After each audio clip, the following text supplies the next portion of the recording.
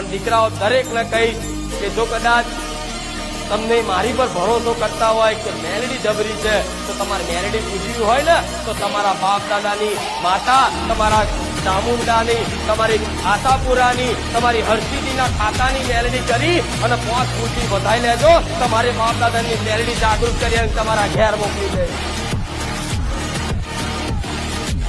એ મેલડીને જેટલા લાડ કરવા હોય એટલા લાડ કરજો.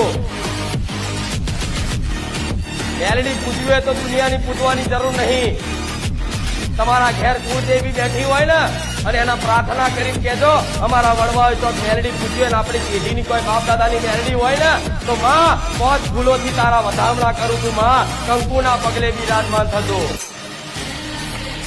તો મેલડી આંકડા પાડતી આવે. મેલડી જેને પૂજવી હોય એના માટે